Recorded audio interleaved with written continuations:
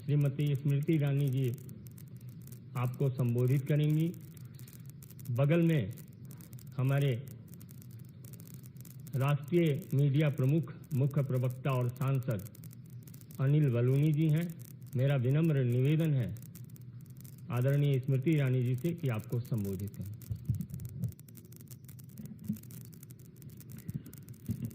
15 standing ovations, over 100 applauses for the Prime Minister's speech in the US Congress. This was not only the hallmark of the Prime Minister's visit to the United States of America, but what is unprecedented is the Indo-US partnership in many critical areas which will help serve a better future for the Indian populace. Ladies and gentlemen of the media, Prime Minister's visit to the United States has resulted in significant outcomes in the areas of defense, cooperation with regards to strategic technology, a partnership in renewable energy, and also critical minerals cooperation. Many amongst you have reported the MOU on semiconductor supply chain and innovation partnership, which will promote not only research but commercial opportunities. Micron Technology Inc. will invest $825 million to build a new semiconductor assembly and test facility in India with the support of Indian government. The combined investment is valued at $2.7 billion. It will create not only direct and indirect job opportunities, but will also add a fillip to the Prime Minister's vision of Make in India. Many amongst you are aware that NASA and ISRO will develop a strategic framework for human spaceflight cooperation by the end of 2023. A joint Indo-US quantum coordination mechanism will also help facilitate collaboration between industry, academia, and government. A $2 million grant program for joint development and commercialization of artificial intelligence and quantum technologies was launched. Some of you are aware that an MOU between General Electric and Hindustan Aeronautics Limited for the manufacture of GE F414 jet engines in India is an MOU which is being hailed across the country. IndusX, India-US Defense Acceleration Ecosystem, was launched. It is a network of universities, startups, industry, and think tanks which will facilitate joint defense technology innovation and help co-produce advanced defense technology between industries of India and the United States of America. A pro-planet Prime Minister has helped actualize India-US New and Emerging Renewable Energy Technologies Action Platform. The launch of this platform will accelerate cooperation in green hydrogen, offshore and onshore wind, and other emerging technologies. As you all know, India has announced the world's largest green hydrogen mission, and this platform will complement that very Indian ambition. India now has become the newest partner in the Mineral Security Partnership, which will help accelerate development of diverse and sustainable critical energy mineral supply chains. This, ladies and gentlemen, is just a small reflection of the big Indian agenda that was serviced by the Pradhan Sevak during his US visit. As the Prime Minister said, this is the era of dialogue and diplomacy, that the oldest democracy, through dialogue and diplomacy, has yet again delivered for the people of India, I think is best enunciated in the partnerships that I have just reflected on. देवी और सज्जनों, प्रधानमंत्री मोदी की America के दौरे के दौरान diplomatic और strategic कई ऐसे अहम निर्णय लिए गए जो नवभारत के निर्माण में आत्मनिर्भर भारत के संकल्प के साथ हमारे देश में हिंदुस्तानियों को आर्थिक उन्नति के नए अवसर प्रदान करेंगे। आप सब जानते हैं कि प्रधानमंत्री मोदी के नेतृत्व में कई समझौते यूएस के इस दौरे में किए गए। $825 मिलियन के निवेश के साथ हिंदुस्तान में माइक्रोन टेक्नोलॉजी, सेमीकंडक्टर की सुविधा, असेंबली और प्रौद्योगिकी की दृष्टि से फैसिलिटी को भारत में स्थापित करेगी। कुल निवेश मात्र इस एमओयू की वजह से होगा $2.7 बिलियन का। अंतरिक्ष की दृष्टि से एक ऐतिहासिक समझौता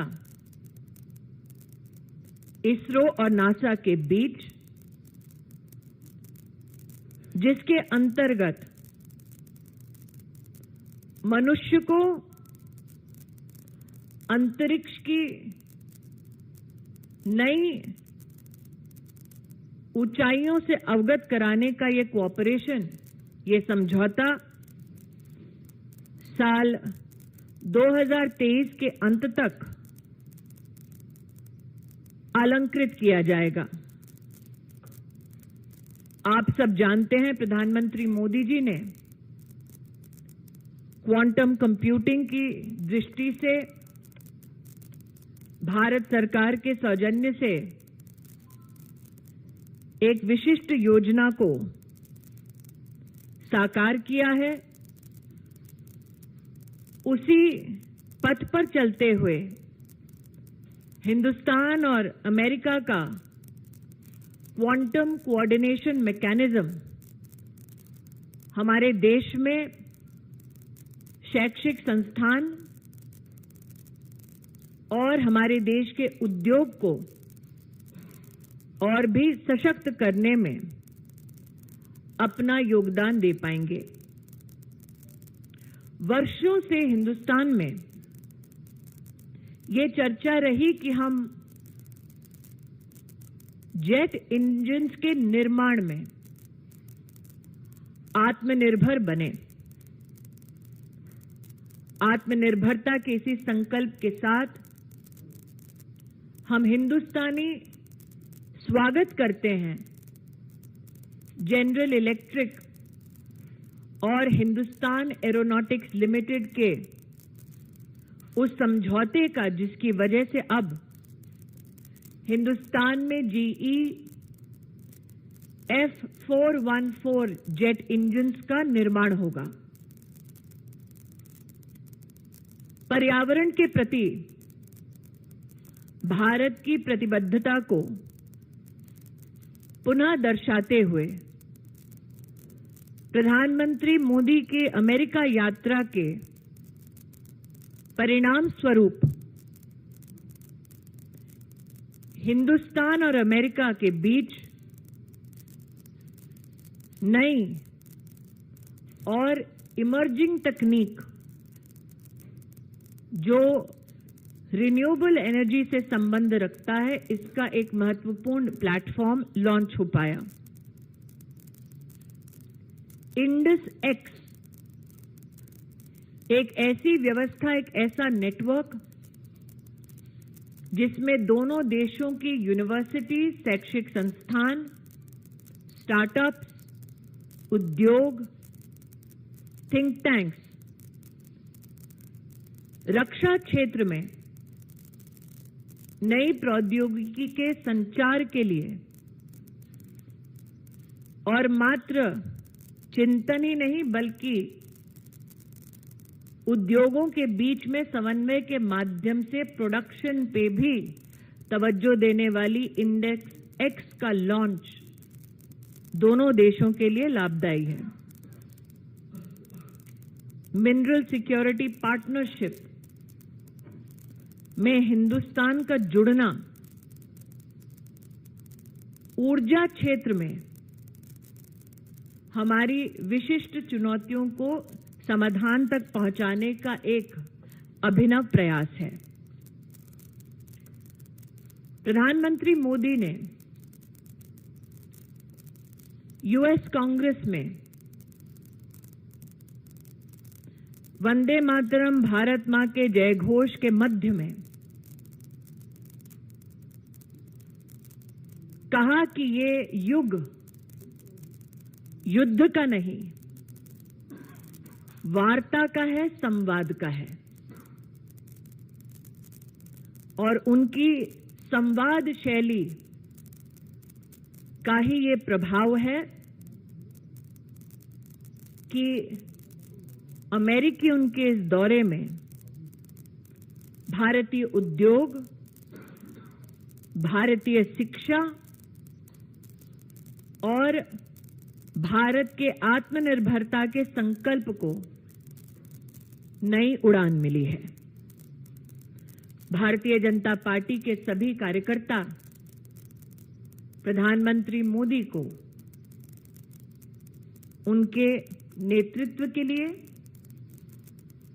और सफल संवाद के लिए अभिनंदन देते हैं, बधाई देते हैं।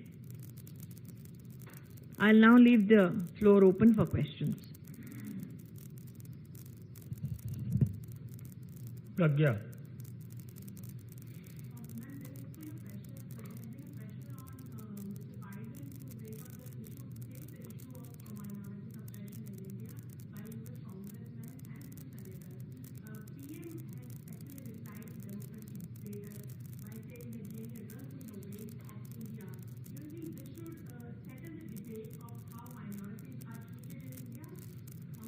It is ironic, madam, that you pose the question to a lady whose surname is Irani. I think that those who are flummoxed by the strategic achievements of the Prime Minister's visit seek to denounce a democracy wherein 20 political parties that are currently serving the interests of India and Indians. Those who want to deflect attention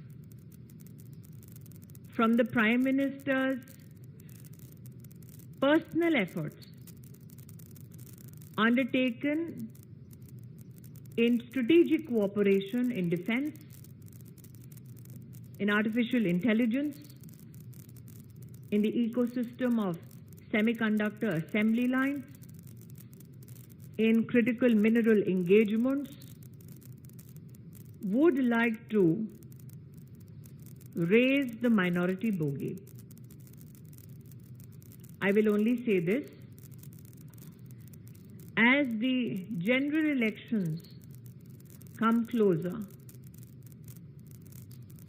such political gaslighting is expected.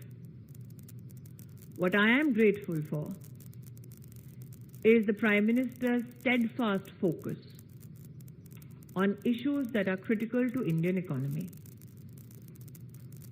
Neeraj Pandey.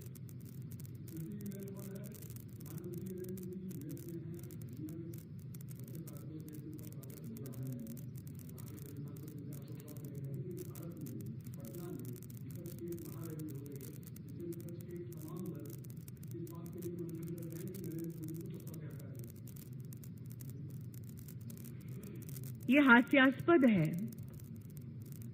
कि आज कांग्रेस की छत्र छाया में कुछ ऐसे नेता एकत्रित होंगे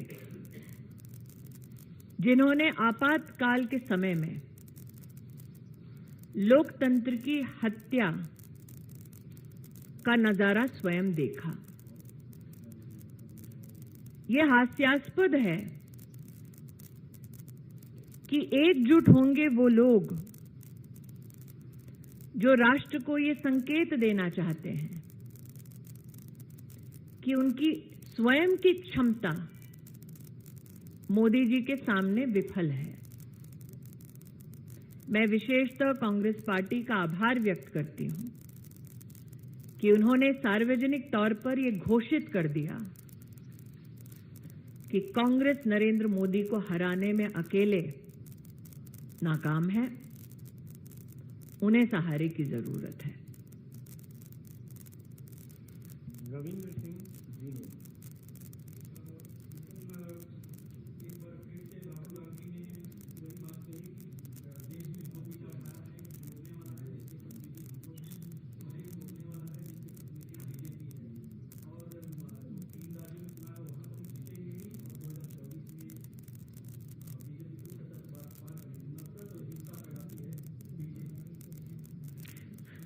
मैं पुनः कहती हूं, क्या 84 के दंगों के माध्यम से गांधी खानदान ने मोहब्बत का इजहार किया था?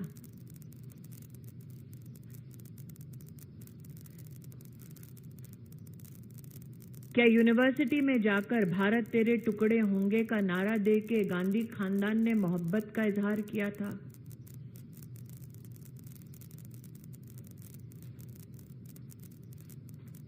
क्या देश में आपातकाल लगा के मीसा में निर्दोष हिंदुस्तानियों को जेल में डालकर आपातकाल के वक्त निर्दोष औरतों का बलात्कार करवाकर गांधी खानदान ने मोहब्बत का इजहार किया था?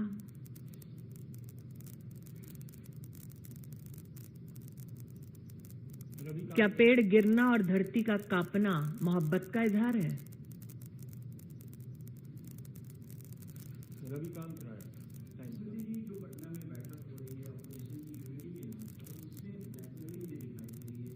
अरविंद केजरीवाल ने कहा है कि अगर ऑर्डिनेंस के मामले पर कांग्रेस पार्टी को समर्थन नहीं देती है वो मीटिंग का बायकॉट करेंगे। तो ये कैसी यूनिटी है? मैं आपका आभार व्यक्त करती हूं कि आपने पॉलिटिकल ब्लैकमेलिंग जो विपक्षी दल ने किया उसके ऊपर हम सबका ध्यान आकृष्ट कर रहे हैं। जनता अपने आप इस बात से सचेत हो रही है कि जो विकास के संकल्प के साथ एकजुट ना हो पाए वो ब्लैकमेल का रास्ता इख्तियार कर रहे हैं। जो विकास का संकल्प लेकर एकजुट ना हो पाए वो आपातकाल की छत्रछाया में एकजुट हो रहे हैं। एक नेता घर से निकलते कह रहा है कि पता नहीं वहां क्या होगा, दूसरा नेता कह रहा है जो होगा देखा जाएगा, तीसरा नेता कह रहा है मेरा नहीं देखोगे तो कुछ नहीं देखा जाएगा।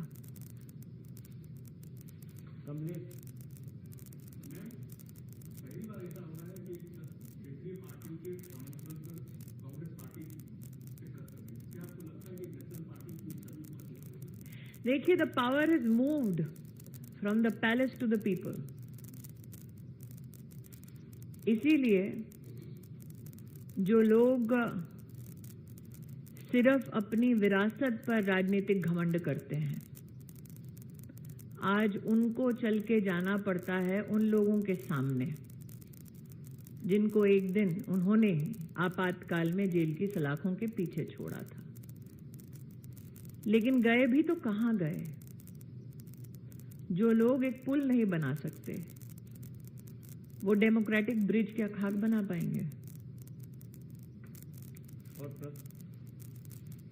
धन्यवाद। Thank you.